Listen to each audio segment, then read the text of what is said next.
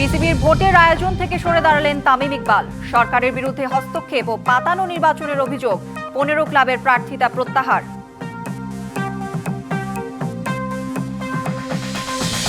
আওয়ামী লীগকে নিঃশর্তভাবে জনগণের কাছে ক্ষমা চাইতে হবে, দাবি বিএনপির। কার্যক্রমে নিষেধাজ্ঞা উঠছে না, জানালেন আইন উপদেষ্টা।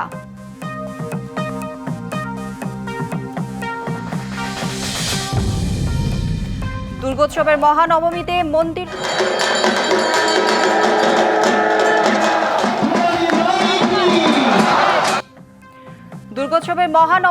মন্দির মণ্ডপে বিষাদের সুর। কাল বিজয়া দশমীতে স্বামীর গৃহ কৈলাসে ফিরে যাবেন দেবী দুর্গা।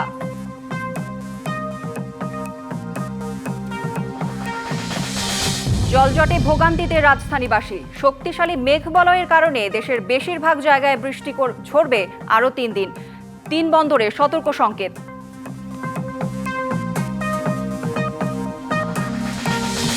মায়ের দুধেও প্লাস্টিকের ক্ষুদ্র কণার অস্তিত্ব, ছড়িয়ে যাচ্ছে লিভার থেকে মস্তিষ্ক পর্যন্ত। ভয়াবহ স্বাস্থ্য বিপর্যয়ের শঙ্কা।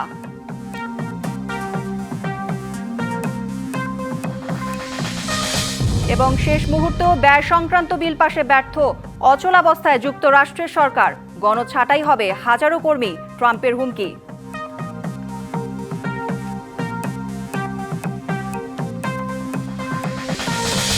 যুক্তরাষ্ট্রের পেটেন্ট ওষুধ রপ্তানির উপর 100% শুল্ক আজ থেকে কার্যকর। নেতিবাচক প্রভাব পড়বে না বাংলাদেশের ওপর, মত বিশ্লেষকদের।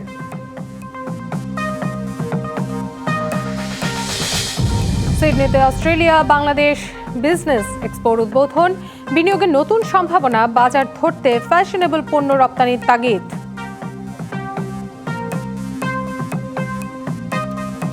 বিসিবি নির্বাচন থেকে সরে দাঁড়ালেন তামিম ইকবাল। নির্বাচন ঘিরে সরকারি হস্তক্ষেপের অভিযোগ ও নোংরামির প্রতিবাদে এমন সিদ্ধান্ত সাবেক অধিনায়কের। ক্রিকেটে ফিক্সিং বন্ধের আগে নির্বাচনী ফিক্সিং বন্ধ করার কথা জানান তিনি। বিসিবি নির্বাচন বাংলাদেশের ক্রিকেটের জন্য একটা কালো দাগ হয়ে থাকলো, দাবি তামিমের। সরকারি হস্তক্ষেপের প্রতিবাদে তামিম সহ অন্তত 10 থেকে 12টি ক্লাবের প্রার্থীরা প্রার্থিতা প্রত্যাহার করবেন, এমন গুঞ্জন ছিল।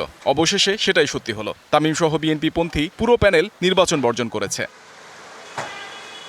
তৃতীয় বিভাগের 15 ক্লাবকে আদালত নিষেধাজ্ঞা দেওয়ার পর থেকেই ঘোলাটে হয় পরিস্থিতি। তামিমের নেতৃত্বাধীন ক্লাব প্রার্থীরা নির্বাচন বর্জনের সিদ্ধান্ত নেন। সরকারি হস্তক্ষেপ আর নোংরামির মধ্যে নির্বাচন করতে চায় না তামিমের প্যানেল। যখন যেমন মনে হচ্ছে, যখন যা মনে হচ্ছে তখন তা করা হচ্ছে। এটা আসলে ইলেকশন না, এটা ইলেকশন না। আর ক্রিকেটের সাথে জিনিসটা কোনো দিক থেকেই মানায় না।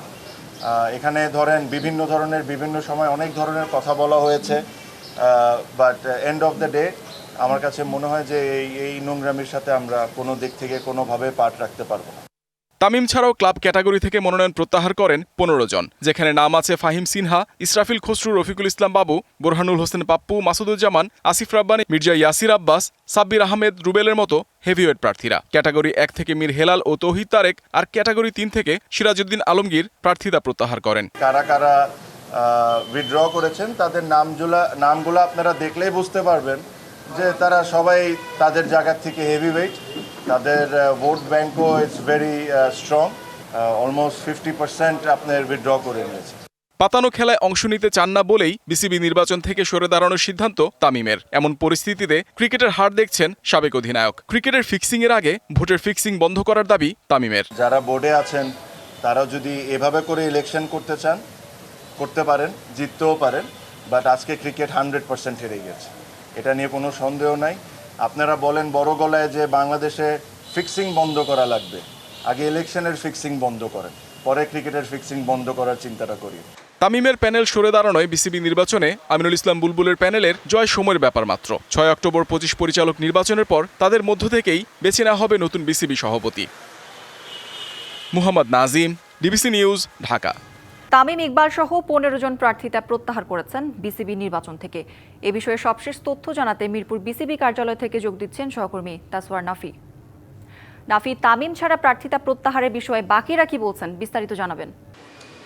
আজকে বিসিবি নির্বাচনের যে নাটক চলছিল দিন তার একটা চূড়ান্ত মঞ্চস্থ হয়ে গেল। আমরা দেখলাম সকালবেলা একদম সকাল 10টা 15 তামিম ইকবাল এসে বিসিবি নির্বাচন থেকে তার নিজের নাম প্রত্যাহার করে নিলেন এবং আরও যে 14 জন আছেন এবার বিসিবি নির্বাচনের মনোনয়ন নিয়েছিলেন তারা পরিচালক পদপ্রার্থী হিসেবে তারাও তাদের মনোনয়ন প্রত্যাহার করে নিয়েছেন। তবে যেটা সব থেকে আলোচনার বিষয়, তামিম কেন প্রত্যাহার করেছে, কারণ তামিম তো অনেকটাই নিশ্চিত ছিল তামিম সভাপতির জন্য নির্বাচন করছেন, পরবর্তী সময়ে তামিম পরিচালক হওয়ার জন্য নির্বাচন করছিলেন এমন একটি ধারণা ছিল সবার। এমনটাই গুঞ্জন ছিল যে সমঝোতা হয়ে গেছে আমিনুল ইসলাম বুলবুলের সাথে, তিনি আমিনুল ইসলাম বুলবুলের আন্ডারে কাজ করবেন এবং পরিচালক হিসেবে কাজ করবেন। তাহলে এখন কেন তিনি নির্বাচন থেকে সরে দাঁড়ালেন, যেটা মনে করা হচ্ছে, গুঞ্জন চলছে। গতকালকে আমরা দেখেছি হাইকোর্টে একটি আদেশ এসেছে, সেখানে 15টি ক্লাব যেটা তৃতীয় বিভাগ থেকে তারা তৃতীয় বিভাগ বাছাই পর্ব খেলে উত্তীর্ণ হয়েছিল, তাদের যে উত্তীর্ণ হওয়ার প্রক্রিয়াটা সেটা স্বচ্ছ ছিল না বলে হাইকোর্ট তাদের যে প্রার্থিতা বা ভোটাধিকার সেটা স্থগিত করেছে। সেই কারণেই তামিম হঠাৎ করে সরে যাওয়ার সিদ্ধান্ত নিয়েছে, কারণ সেখান থেকে তামিমের যে অধিকাংশ ভোটগুলো ছিল তামিম ইকবালের পক্ষে, সেখানে তামিম সভাপতি দূরের কথা, সেখানে এই ভোটগুলো না পেলে পরিচালক হওয়া নিয়ে একটি শঙ্কা তৈরি হয়। সেই জায়গা থেকে তামিম ইকবাল যখন পরিচালক হওয়া থেকে শঙ্কা দেখতে পারেন তিনি নির্বাচনে পরিচালক হতে পারবেন না, এমন একটি শঙ্কা থেকে তিনি নাম প্রত্যাহার করে নিয়েছেন বলে শঙ্কা করা হচ্ছে। তবে এখানে তামিম ইকবাল বাদেও আরও যারা পরিচালক বা হওয়ার দৌড়ে যারা ছিলেন, তারাও যারা মনোনয়ন প্রত্যাহার করেছেন, তারাও একই কথা বলছেন যে তারা এই যে সাজানো নির্বাচন হচ্ছে, তারা সাজানো নির্বাচনে তারা অংশগ্রহণ করবেন না এবং এই যে সরকারের হস্তক্ষেপের কথাও তারা বলছেন যারা প্রত্যাহার করে নিয়েছেন। এবং আমরা যারা রিপোর্টে দেখছিলাম যে বিএনপি মনোনীত যারা বিএনপি প্রার্থী যাদেরকে বলা হচ্ছিল, তারাই অধিকাংশ এবারে নির্বাচন থেকে সরে দাঁড়াচ্ছেন। অর্থাৎ তামিমের যে সমঝোতা করা হয়েছিল, যেটা ধারণা করা হচ্ছিল, অর্থাৎ গুঞ্জন ছিল যে তামিম নির্বাচনে অংশগ্রহণ করলে তিনি পরিচালক হবেন এবং সমঝোতা হয়ে গেছেন, সেই জায়গা থেকে হয়তোবা কিছুটা তিনি সিগন্যাল পেয়েছিলেন যে তিনি পরিচালক হয়তোবা হতে পারবেন। এবং আরেকটি বিষয় এখানে এসেছে, ফারুক আহমেদ যিনি বিসিবির সাবেক পরিচালক, তিনি যে রিটটা করেছিলেন মূলত তার রিটের প্রেক্ষিতে হাইকোর্ট স্থগিতাদেশ দেন যে এই ক্লাবগুলো তারা ভোট দিতে পারবেন। এখানে বেশ কয়েকজন বড় বড় নামও রয়েছে, ইফতেখার রহমান মিঠু যিনি রিসেন্ট টাইমে তিনি পরিচালক আছেন বর্তমান সময়ে এবং তিনিও এখানে রয়েছেন। তো সব কিছু মিলে বিসিবি নির্বাচনটা একটা দারুণ একটা অনিশ্চয়তা এবং দারুণ একটা সময় পার করছে, যেটা এর আগে হয়তোবা বাংলাদেশের ক্রিকেট যারা ভক্ত আছেন তারা দেখেনি। তো এই ছিল আমার কাছে মিরপুর শের বাংলা স্টেডিয়ামের বিসিবি কার্যালয় থেকে সবশেষ। নাফি, ধন্যবাদ আপনাকে। নানা অভিযোগ তুলে বিসিবি নির্বাচন থেকে সরে দাঁড়িয়েছেন তামিম ইকবাল। এ বিষয়ে কথা বলতে আমাদের সাথে অনলাইনে যুক্ত হচ্ছেন ক্রীড়া বিশ্লেষক নোমান মোহাম্মদ। নোমান মোহাম্মদ, আপনাকে স্বাগত ডিবিসি নিউজে। আপনার কাছে আমার প্রশ্ন হচ্ছে, নির্বাচন থেকে তামিম সরে দাঁড়ানোর ক্ষেত্রে সরকারি হস্তক্ষেপের অভিযোগ তুলেছেন, এই নোংরামির সাথে থাকবেন না বলে জানিয়েছেন। পুরো বিষয়টিকে আপনি আসলে কিভাবে দেখছেন? আমি পুরো বিষয়টাকে নোংরামি হিসেবেই দেখছি। বাংলাদেশ ক্রিকেটের সঙ্গে তো আর আমরা কম দিন ধরে আছি না, ব্যাপারটা তা না, আমরা দেখছি এবং ইলেকশন আমরা কম দেখি নাই। কিন্তু এইবার নির্বাচন নিয়ে যেটা হয়েছে বা হচ্ছে, এরকম আসলে কোনো সময় হয় না। দেখেন, কাগজে কলমের একটা বিষয় আছে যে ক্রিকেট বোর্ডের নির্বাচনে সরকারি কোনো হস্তক্ষেপ থাকবে না। সো অন্যান্য সময়েও যে হস্তক্ষেপ হয় নাই, ব্যাপারটা তা না। এইখানে সরকারের ব্লেসিংস ছাড়া বোর্ডে আসা যায় না, তাদের যারা প্রার্থী তারাই আসেন। কিন্তু পুরো জিনিসটার মধ্যে এক ধরনের একটা ঢাক ব্যাপার ছিল, আর এইবার পুরো জিনিসটা একবারে ওপেন হয়ে গিয়েছে। সেই কারণে আমার কাছে মনে হয়েছে যে তামিমরা যে এটা উইথড্র করে নিয়েছেন, তামিম সহ আরও যে অনেকে উইথড্র করে নিয়েছেন, তাদের আসলে এই জায়গাটাতে ঠেলে দেওয়া হয়েছে, এটা ছাড়া তাদের অপশন ছিল না। আই এম শিওর যে এই এত কিছু ইকুয়েশনের পরও আমি তামিম ইকবালের কথা বলতে পারি, তিনি সার্টেনলি বোর্ড ডিরেক্টর হতে পারতেন। তিনি যদি ইলেকশন 6 তারিখে করেন তাহলে তিনি বোর্ড ডিরেক্টর অন্তত হতে পারতেন, সেটা একেবারে সার্টেনলি আমি বলতে পারি। এই 15টা ক্লাব যদি নাও এই ইলেকশনে তাদেরকে করতে দেওয়া হয়, তাদের ভোটাধিকার যদি কেড়ে নেওয়া হয়, কিন্তু তামিম এই পুরো জিনিসটাকে একটা প্রতিবাদ স্বরূপ এবং এই পুরো যেই ঘটনাটা সরকারি হস্তক্ষেপ যেটা হচ্ছে, সেই রাজনৈতিক হস্তক্ষেপ যেটা হচ্ছে, সেটার প্রতিবাদ স্বরূপ তিনি আসলে সরে দাঁড়িয়েছেন। আমার কাছে মনে হয় যে এছাড়া তার আর কোনো অপশন ছিল না তার হাতে।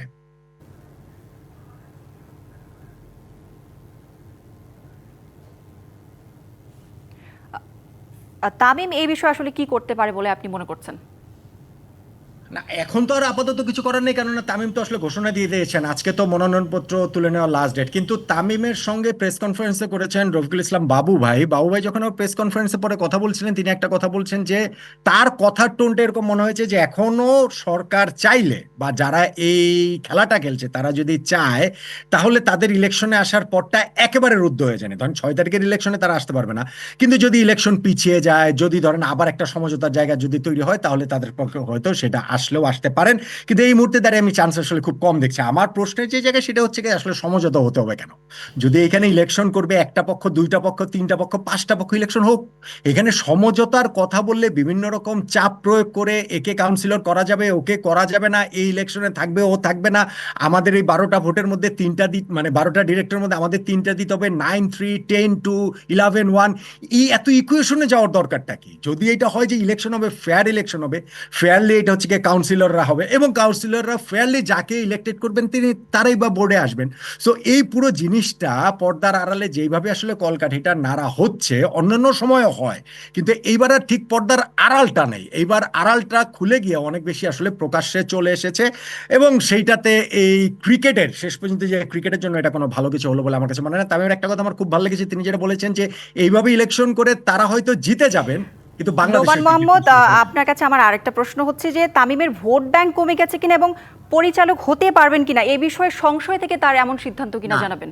না না, 100% না। ভোট ব্যাংক তো কমেছেই। ধরেন যেই 15 জন এই যে ক্লাবের যেই 15টা ক্লাবের কাউন্সিলরশিপ যে কেড়ে নেওয়া হচ্ছে, সেই 15টা ক্লাবই তামিম এবং তামিমপন্থীদের। কিন্তু ওই 15টা যদি বাদও দেন, তারপরেও ওই 15 জন ভোট দিতে না পারলেও তামিম সার্টেনলি বোর্ড ডিরেক্টর হতে পারতেন, সার্টেনলি। এটা নিয়ে একেবারে নিঃসংশয় তার সাইডে, তার কোরামের, তার দলের মানে তার পন্থীদের যারা রয়েছেন। সো তামিম বোর্ড ডিরেক্টর হতে পারবেন না এই ভয় থেকে তিনি ইলেকশন থেকে সরে গেছেন, এইটা আসলে একেবারেই অহেতুক কথা। এই কথার আসলে কোনো রকম কোনো ভিত্তি নেই। নোমান মোহাম্মদ, আপনাকে অসংখ্য ধন্যবাদ আমাদের সাথে যুক্ত হওয়ার জন্য। ধন্যবাদ আপনাকে। আওয়ামী লীগকে নিঃশর্তভাবে জনগণের কাছে ক্ষমা চাইতে হবে, তবে ক্ষমা করবে কিনা সেই সিদ্ধান্ত নেবে জনগণ, এমন মন্তব্য করেছেন বিএনপি স্থায়ী কমিটির সদস্য ডাক্তার এজেড জাহিদ হোসেন। দলটির আরেক নেতা রুহুল কবির রিজভী অভিযোগ করেছেন, যারা শেখ হাসিনার পতন মেনে নিতে পারেনি তারাই পাহাড়ে অশান্তি সৃষ্টি করছে। জাতীয় প্রেস ক্লাবে বিশ্ব প্রবীণ দিবসের আলোচনা সভা অনুষ্ঠানে বিএনপি নেতা ডাক্তার এজেড জাহিদ হোসেন কথা বলেন শেখ হাসিনার 15 বছরের শাসন নিয়ে।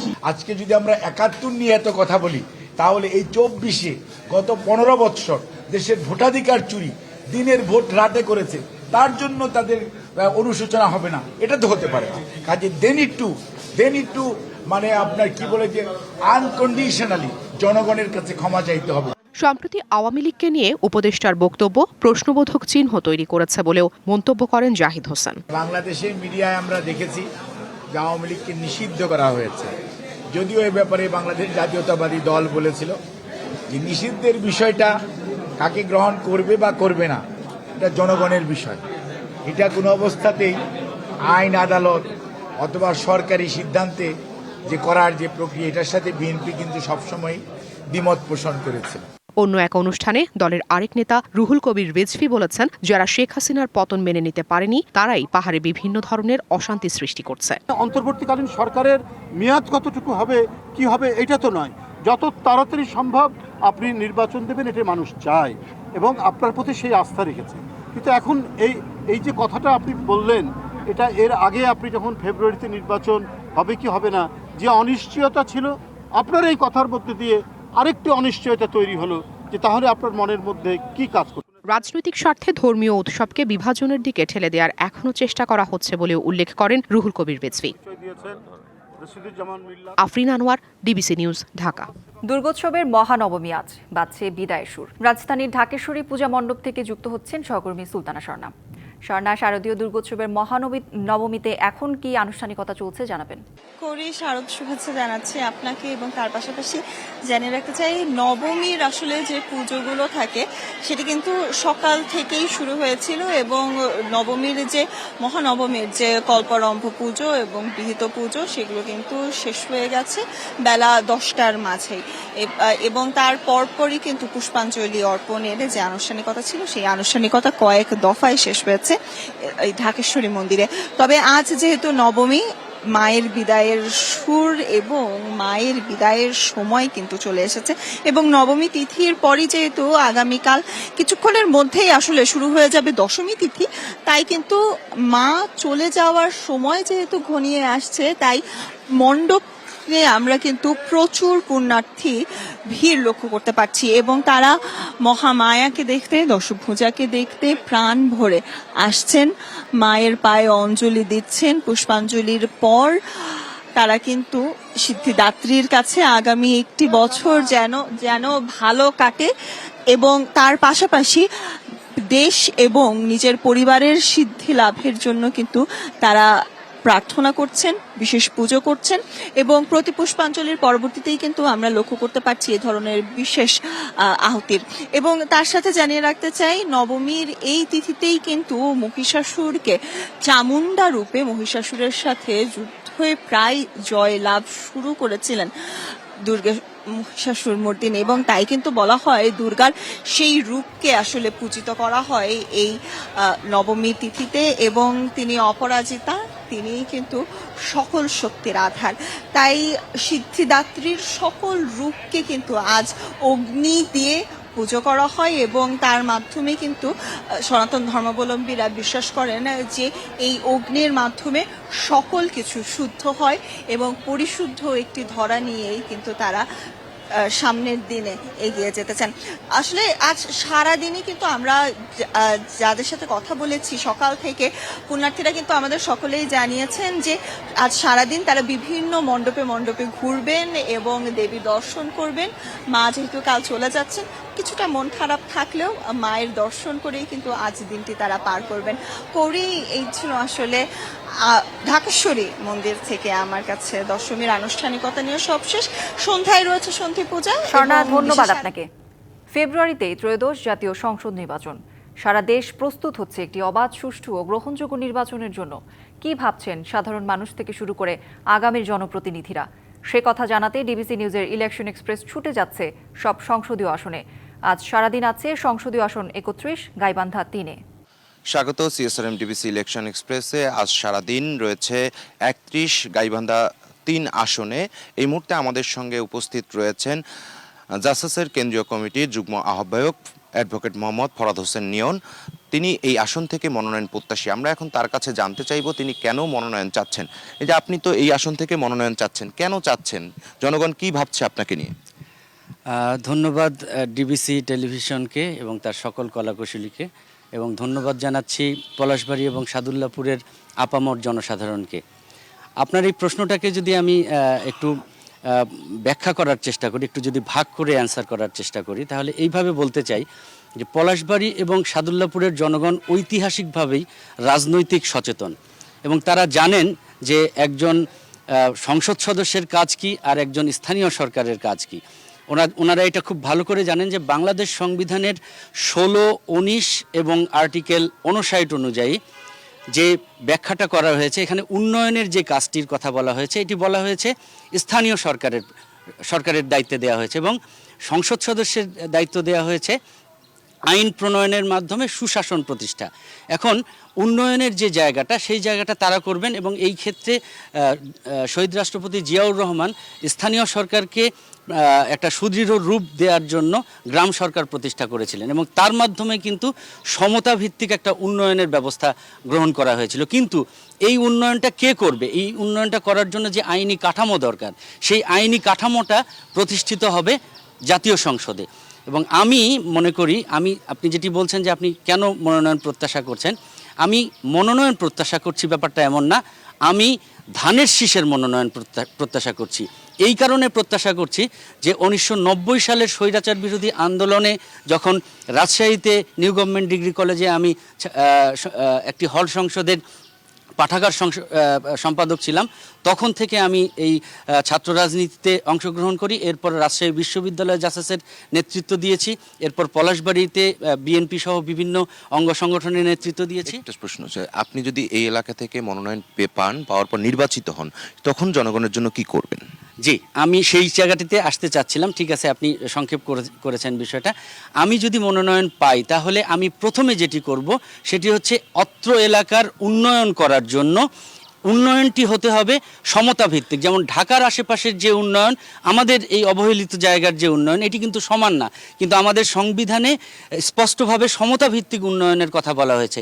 এই সমতা ভিত্তিক উন্নয়ন করার জন্য আমি গ্রাম সরকার ব্যবস্থাটাকে পুনঃপ্রতিষ্ঠিত করার জন্য প্রথমেই সংসদে গ্রাম সরকার সংক্রান্ত এই বিলটিকে উত্থাপন করতে চাই, যার মাধ্যমে সুশাসন প্রতিষ্ঠা হবে এবং প্রত্যেকটি স্থানীয় সরকার ব্যবস্থা সুদৃঢ় হবে এবং সমতা ভিত্তিক উন্নয়ন সম্ভব হবে। এই কারণেই আমি মূলত মনোনয়ন প্রত্যাশা করি। ধন্যবাদ আপনাকে। শুনছিলেন সিএসআরএম ডিবিসি ইলেকশন এক্সপ্রেস। এই ছিল এখনকার মতো। পরবর্তী সংবাদ বিকেল 5টায় আবার যুক্ত হব। ততক্ষণ পর্যন্ত আমাদের সঙ্গেই থাকুন। শারদীয় দুর্গাপূজায় টানা 4 দিনের ছুটিকে কেন্দ্র করে রাজধানী ও আশপাশ থেকে গ্রামের পথে মানুষের ঢল নেমেছে। এতে প্রধান দুটি সড়ক ঢাকা চট্টগ্রাম এবং ঢাকা সিলেট মহাসড়কে তীব্র যানজটের সৃষ্টি হয়েছে। এ বিষয়ে জানাতে নারায়ণগঞ্জের সাইনবোর্ড এলাকা থেকে যোগ দিচ্ছেন সহকর্মী সাবিত আল হাসান। সাবিত, যানজটের এখনকার চিত্র জানাবেন এবং যানজট নিরসনে প্রশাসনের কোনো তৎপরতা দেখছেন কিনা জানাবেন। আমি এই মুহূর্তে অবস্থান করছি নারায়ণগঞ্জের সাইনবোর্ড এলাকায় এবং আমার পেছনে দেখতে পাচ্ছেন এখানে কিন্তু যানবাহনের দীর্ঘ চাপ দেখা গেছে। যেহেতু জানা গেছে আজ সকাল 9:30টায় ঢাকা চট্টগ্রাম মহাসড়কের দড়িকান্দি এলাকায় একটি রডবাহী গাড়ি দুর্ঘটনা কবলিত হয় এবং এই দুর্ঘটনা কবলিত হওয়ার পর থেকেই কিন্তু যানজটের সূত্রপাত শুরু হয়।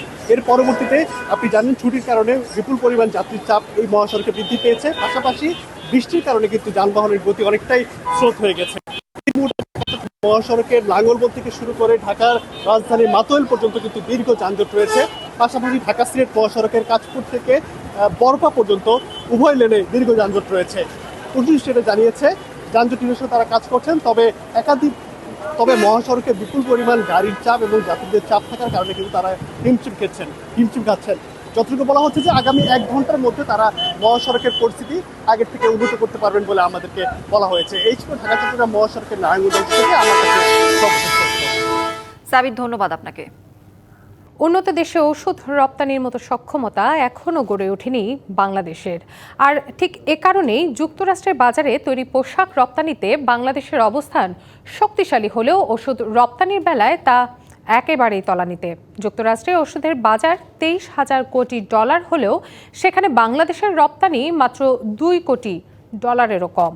সে কারণেই পেটেন্ট ওষুধ রপ্তানির ওপর মার্কিন প্রশাসনের শতভাগ শুল্ক আরোপের সিদ্ধান্তে বাংলাদেশের ওষুধ শিল্পে তেমন কোনো নেতিবাচক প্রভাব পড়বে না বলে মনে করেন ব্যবসায়ী এবং বিশ্লেষকরা।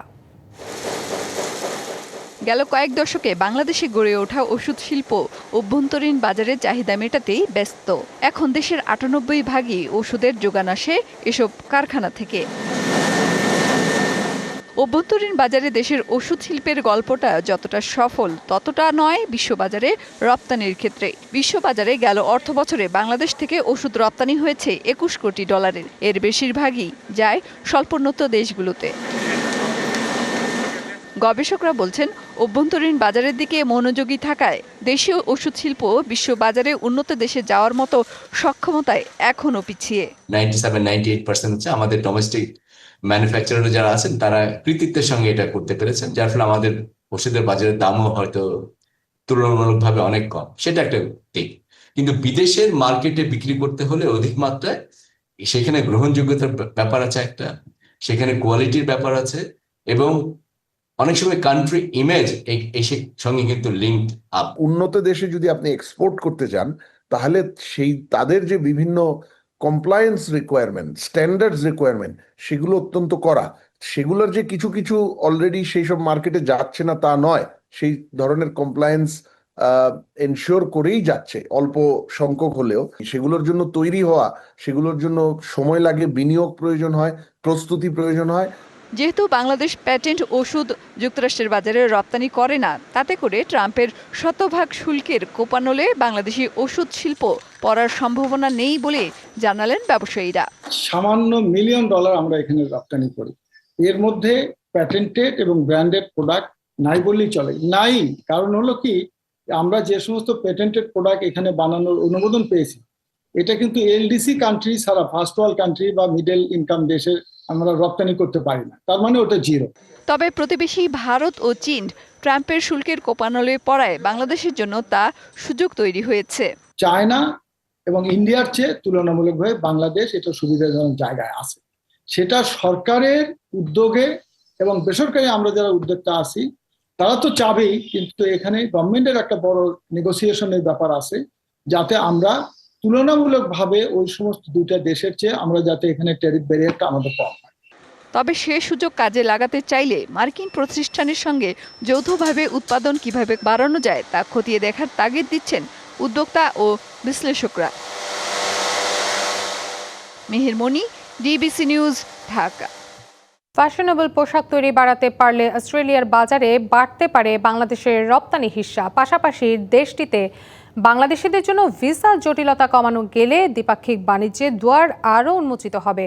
অস্ট্রেলিয়ার সিডনিতে 2 দিন ব্যাপী ট্রেড শোর উদ্বোধনী দিনে উঠে এসেছে এমন তথ্য। দেশটির ব্যবসায়ীরা বলছেন, শতাধিক সবুজ কারখানার দেশ হওয়ায় বাংলাদেশি পণ্যের সম্ভাবনা আছে অস্ট্রেলিয়ার বাজারে। অস্ট্রেলিয়ায় তৈরি পোশাকের বাজার প্রায় $22 বিলিয়ন। বড় এ বাজারে বাংলাদেশের পোশাক রপ্তানি মাত্র $1 বিলিয়ন কাছাকাছি। বুধবার সিডনিতে উদ্বোধন হয় অস্ট্রেলিয়া বাংলাদেশ বিজনেস এক্সপো 2025। এ সময় বক্তারা জানান, অস্ট্রেলিয়ার তৈরি পোশাকের বাজারে বাংলাদেশি পণ্যের ব্যাপক সম্ভাবনা আছে। রানা প্লাজা ট্র্যাজেডির পর আমরা পরিবেশ বান্ধব কারখানায় বিনিয়োগ করেছি। অস্ট্রেলিয়ার ব্র্যান্ড বায়াররা আমাদের কাছে সবুজ কারখানার পণ্য নিতে পারে। এসএমই ফাউন্ডেশনের চেয়ারম্যান বলেন, কেবল তৈরি পোশাক নয়, অস্ট্রেলিয়ায় বাংলাদেশিদের জন্য ভিসা সহজ করা গেলে আরও অনেক পরিবেশ বান্ধব পণ্যের রপ্তানি বাড়ানো সম্ভব। অস্ট্রেলিয়ার ভিসা পেতে ভোগান্তি পোহাতে হয়। ভিসা সহজ হলে অনেক ক্ষুদ্র ও মাঝারি উদ্যোক্তারাই এখানে বাজার খুঁজতে আসতে পারেন। এর আগে 2 দিনব্যাপী এ মেলার উদ্বোধন করেন নিউ সাউথ ওয়েলস স্টেটের প্রধান ক্রিস মিন্স। এ সময় বাংলাদেশি পণ্যের প্রদর্শনী দেখে অভিভূত হন তিনি। জানান, অস্ট্রেলিয়া বাংলাদেশ যৌথ উদ্যোগে ব্যবসার প্রসারে সহায়তা করবেন তিনি।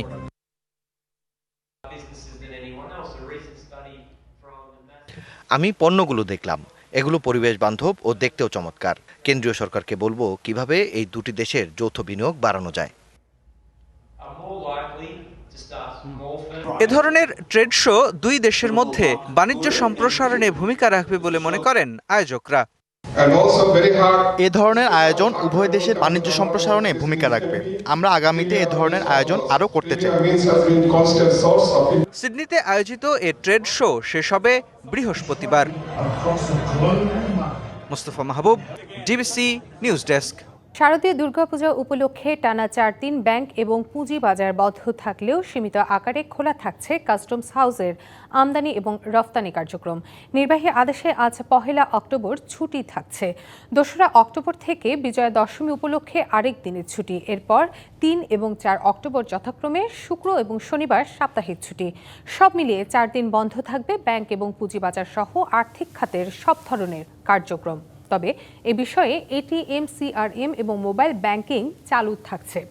তবে সরকারি ছুটিতেও দেশের আমদানি রফতানি কার্যক্রম চলমান রয়েছে। জাতীয় রাজস্ব বোর্ড থেকে এই বিষয়ে নির্দেশনা জারি করে বলা হয়েছে, ছুটির দিনগুলোতে customs house Dhaka, Chattogram, Benapole, Mongla, Pangaon, ICT, Kamalapur সহ সংশ্লিষ্ট কাস্টমস, এক্সাইজ এবং ভ্যাট কমিশনারেটগুলোতে সীমিত আকারে কার্যক্রম চালু থাকছে।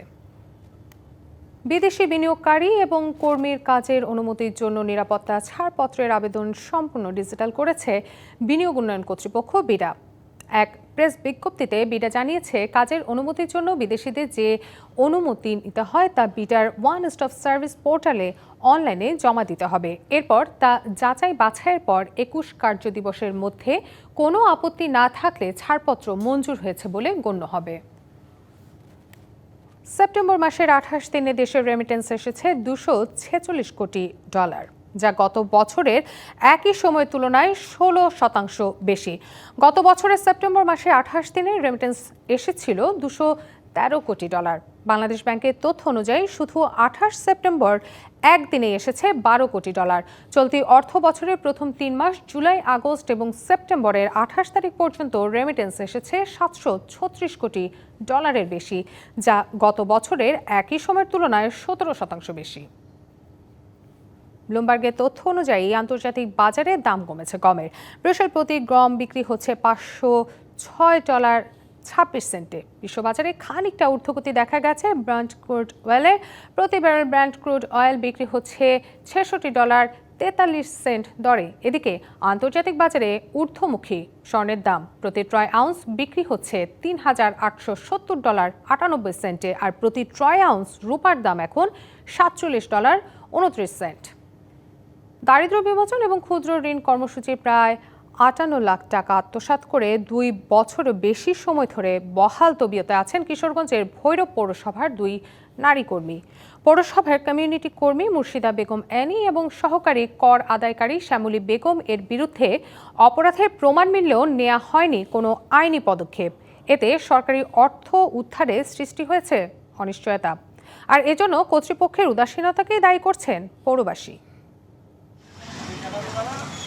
2006 সালে কিশোরগঞ্জের ভৈরব পৌরসভা এবং নগর পরিচালন ও অবকাঠামো উন্নয়ন সেক্টর প্রকল্পের যৌথ উদ্যোগে শুরু হয় ক্ষুদ্র ঋণ কার্যক্রম। শুরুতে দরিদ্রদের জন্য ঋণ বিতরণ, কিস্তি আদায় এবং সঞ্চয়ের টাকা নির্ধারিত ব্যাংকে রাখা হলেও 2022 সালে এক তদন্তে বেরিয়ে আসে চাঞ্চল্যকর তথ্য।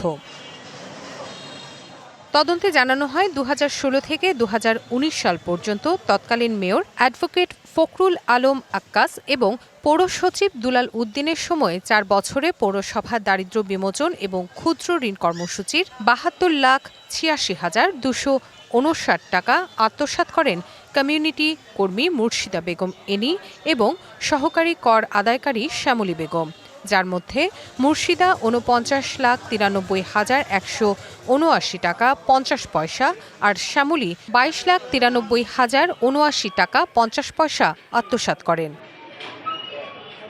পরে 2021 সালে ইফতেখার হোসেন বেনু মেয়রের দায়িত্ব নেয়ার পর তদন্তে অপরাধ প্রমাণিত হলে দুজন মিলে মোট 15,20,080 টাকা ফেরত দেন তারা, যদিও অর্থ আত্মসাতের কথা অস্বীকার করেন শ্যামলী বেগম। অনেকে লোন নিচ্ছে, লোন নিয়ে ফেরত দিচ্ছে না, এইভাবে আমারটা হয়েছিল আর কি, বুঝছেন, টাকাটা হয়েছিল। পরে এটা আমি করছি যে বলছি তো আপনাকে যে 10,60,000 টাকা আমি দিচ্ছি। আর এ বিষয়ে কথা বলতে যোগাযোগ করা হলেও সাড়া মেলেনি মুর্শিদা বেগমের। 2 বছর আগে জালিয়াতির প্রমাণ মিললেও এখনো কোনো মামলা করেনি পৌর কর্তৃপক্ষ। ইতিমধ্যে মামলা করার জন্য কোর্টে মামলা দায়ের করেছিল। কোর্ট থেকে জানানো হয়েছে সহযোগিতা যে কোর্ট তারা তোলাকার বিষয়টা আমাদের আদালতে রেখে বলবে এটা আপনার থানায় মামলা করেন, তো থানায় মামলার প্রক্রিয়া দিন আছে।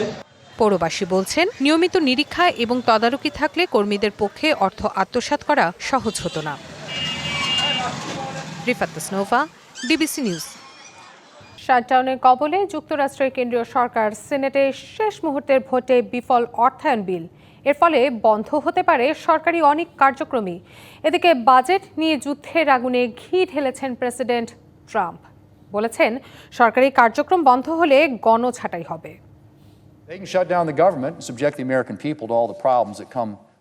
যুক্তরাষ্ট্রের সিনেটে ভোটে হেরেছে বাজেট প্রস্তাব। এ নিয়ে বিপাকে কেন্দ্রীয় সরকার। এই পরিস্থিতিতে মোটেও বিচলিত নন মার্কিন প্রেসিডেন্ট ডোনাল্ড ট্রাম্প। সরকারি কার্যক্রম বন্ধ করে গণছাঁটাইয়ের হুমকি দিয়েছেন তিনি। সরকারি কার্যক্রম বন্ধ করতে শাটডাউন হলে তার জবাব দেয়া হবে। গণছাঁটাইয়ের শিকার হবে হাজার হাজার কর্মী। অবশ্য এটা আমরা চাই না। তবে এ ঘটনা নিয়ে পাল্টাপাল্টি দোষারোপ চলছে রিপাবলিকান ও ডেমোক্রেট আইন প্রণেতাদের মধ্যে। ডেমোক্রেটরা কোনো অচলাবস্থা চায় না। আমরা 2 দলের সমঝোতার জন্য রিপাবলিকানদের সাথে কাজ করতে প্রস্তুত। এদিকে ডেমোক্রেট রিপাবলিকান দ্বন্দ্বে এই শাটডাউন হবে 2018-19 সালের পর প্রথমবার। আর শাটডাউন কার্যকর হলে আইন শৃঙ্খলা বাহিনী ছাড়া অন্যান্য সব কার্যক্রম বন্ধ হওয়ার শঙ্কা রয়েছে। Nahida Rinthi, DBC news desk. দর্শক, ডিবিসি বিজনেস এই ছিল এখনকার মতো। ডিবিসি নিউজের সংবাদগুলো পড়তে ভিজিট করুন dbcnews.tv আর ভিজিট করুন ডিবিসি নিউজের ফেসবুক পেজ এবং ইউটিউব চ্যানেলে। ডিবিসির সঙ্গেই থাকুন।